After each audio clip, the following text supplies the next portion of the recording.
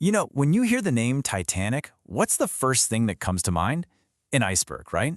A tragic, maybe even unavoidable accident. But the real story? Well, it's so much more than that. It's a story about human error, about incredible overconfidence, and a whole series of missteps that turned a legendary maiden voyage into an absolute nightmare. So let's dive in and really explore why the unsinkable ship went down. And this quote, it just perfectly captures the whole mindset of the time.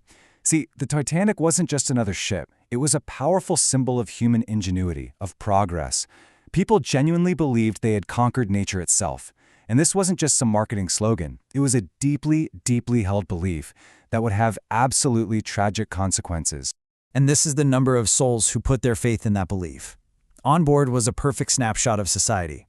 You had some of the wealthiest people in the world in their stunning suites. And you had hopeful immigrants in steerage, all just dreaming of a new life in America.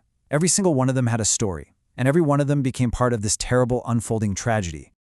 So, what was it about the Titanic that made everyone so sure of its invincibility?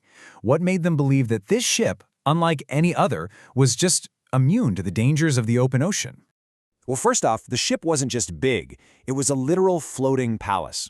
It was the absolute peak of Gilded Age luxury, designed to just awe the entire world. We're talking a heated swimming pool, a Turkish bath, a grand staircase that a king would feel at home on, and all of this on a ship that cost the equivalent of $400 million today. Just incredible.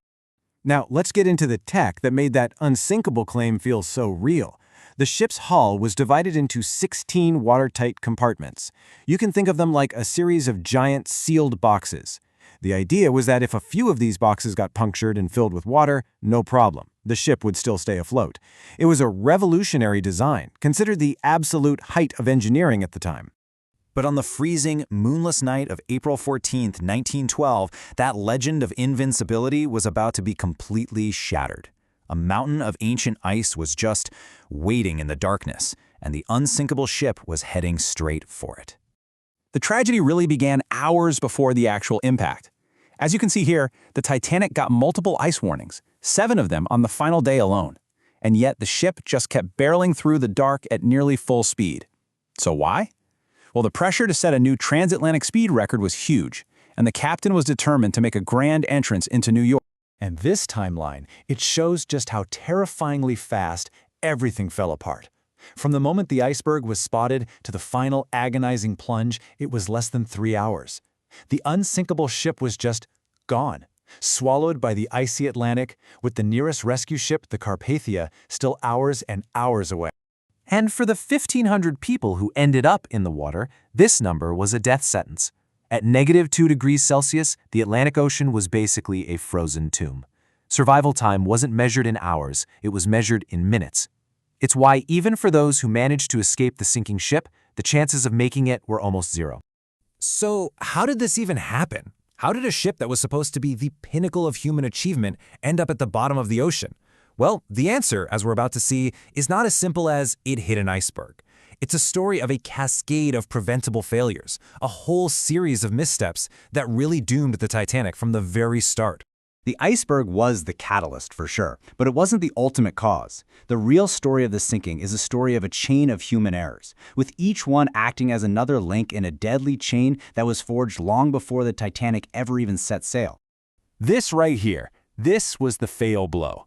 The iceberg didn't rip one giant gash in the hull.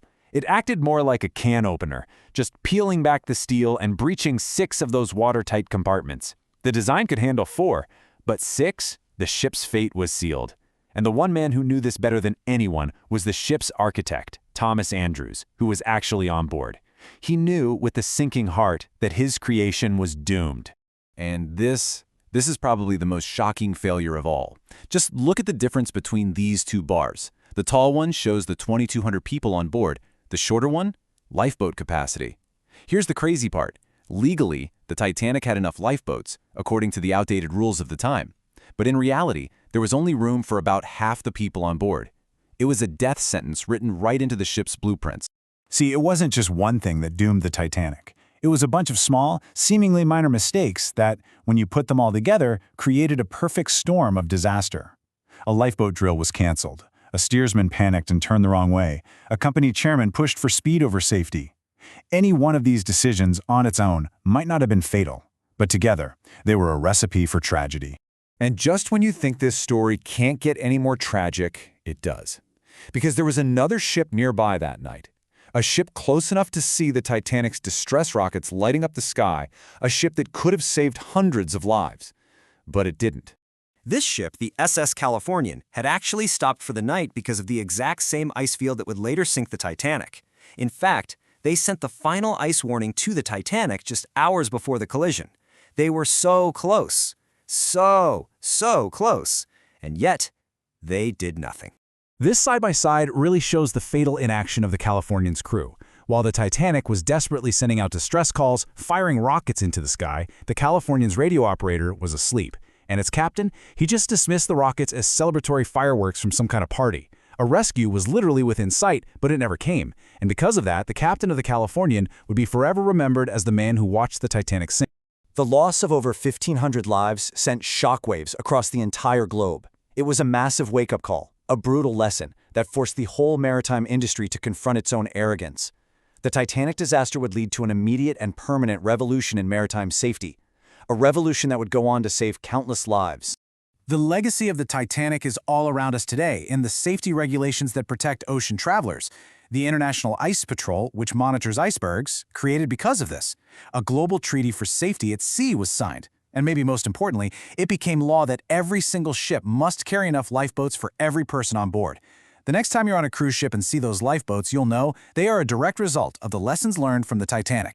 For decades, the Titanic just lay hidden in the depths of the Atlantic, a ghost ship in a watery grave. It wasn't until 1985 that the wreck was finally discovered, resting almost 4,000 meters below the surface. But even now, the Titanic is disappearing.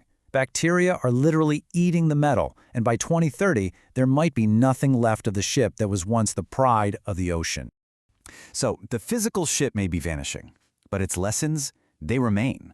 The story of the Titanic is this timeless, powerful warning against the dangers of overconfidence, a reminder that even our greatest marvels of technology are still vulnerable to simple human error. And it leaves us with a question, doesn't it? Have we truly learned the lessons of the Titanic? Or are we just destined to repeat the same mistakes, to build our own unsinkable ships and watch them sink into the depths of our own hubris?